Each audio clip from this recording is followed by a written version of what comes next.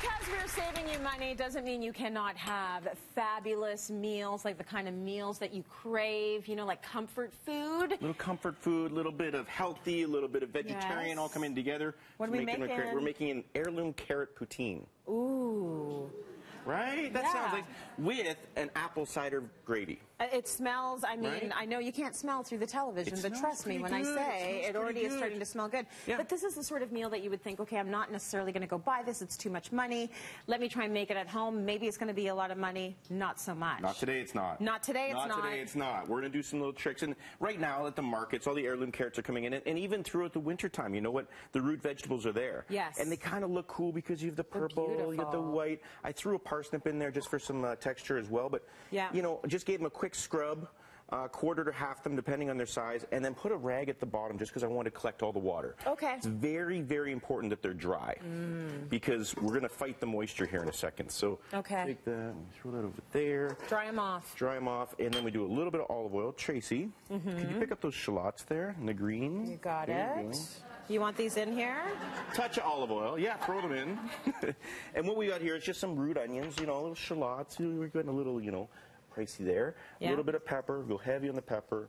We're going to go heavy on the salt because what we want to do is we want to bring all that moisture out. We want to caramelize these deeply at a short amount of time, but we still want some crunch. We don't want to have them like soggy carrots. It's supposed to be kind of like French fries, right? That's right. So they got to be a little bit crunchy. A little crunchy in there. But so you're going to roast them, right? That's crazy. We're going to roast them. So a large roasting tray.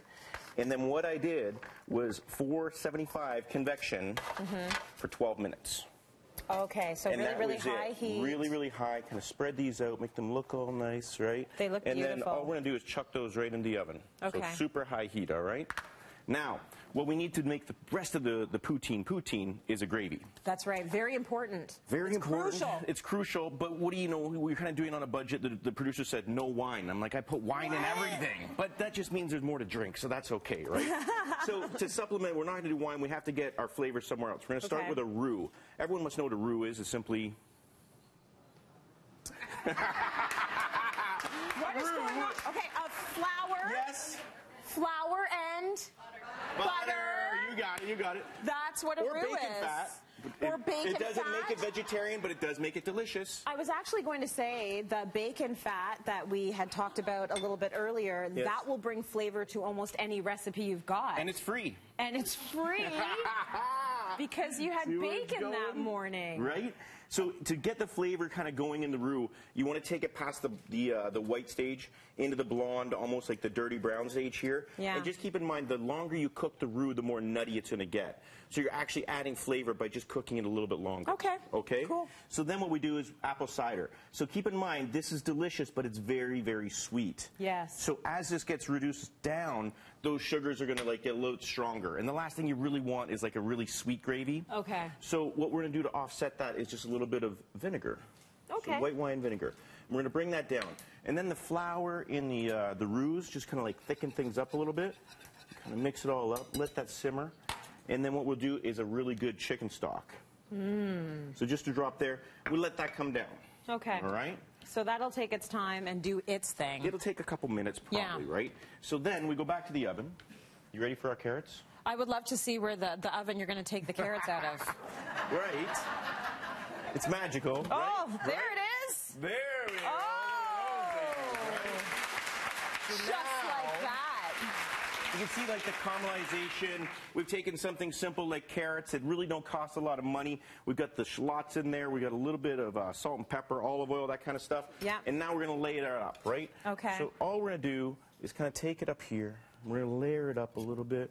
I know that you made them kind of fancy as heirloom, but if you did, you could just do this with regular carrots, right? You could totally do this with regular carrots. Like the one where you just buy the whole bag and it's, you know, nice and inexpensive. Well, we're going to show you the cost analysis at the end here. Okay. Right? And if the cost is something you can't afford, then by all means go with the regular carrots. Yeah. But I would like to see, I just get excited when I see purple carrots. I don't know why. Yeah, no. You know what I mean, right? Kind of, there's something nice about it. It looks beautiful. So a touch, just a little bit of feta cheese. Okay. Because we want a little bit more salt in there. Right? And also because it's a cheese that has a good punch, you actually need a little bit less. A little bit less. Yeah.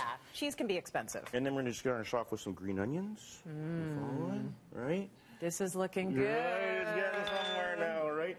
And then as our gravy comes down, just that simple bit of flour in that roux, what you get is all of a sudden this thick, bona fide superstar gravy, because you got the sweetness from the cider, and then you got the vinegar to offset it. I like a little bit of salt just to like combat that sweetness, right? Yep, use that gravy for everything. Salt. And then check this out. So nice. Are you ready?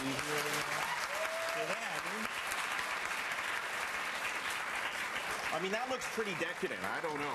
It's looking pretty good. Garnish off with some daikon radish just to give it a little bit of heat. And I just love the way you served it, too. Like serving it out there family Big style. Platter, family style. Because, you know, the people that are going to want to eat more are going to eat more, and the people that are going to eat less are going to eat less. Right. So now, Tracy, we have a reveal. A big reveal. Are we ready? looking at price now? We're looking at price. Okay, everyone. Well, how much do you think this meal cost per person? Just throw out some dollars. 75 cents. 75 Come on! You say $4.50? Each person, for each plate, it is $4.75. Four main ingredients. We got some shallots and some feta in there. You have some, you had some fancy stuff in there, but the carrots, the cheese, the gravy, the garnish, that is pretty inexpensive for such a fancy meal. It looks amazing.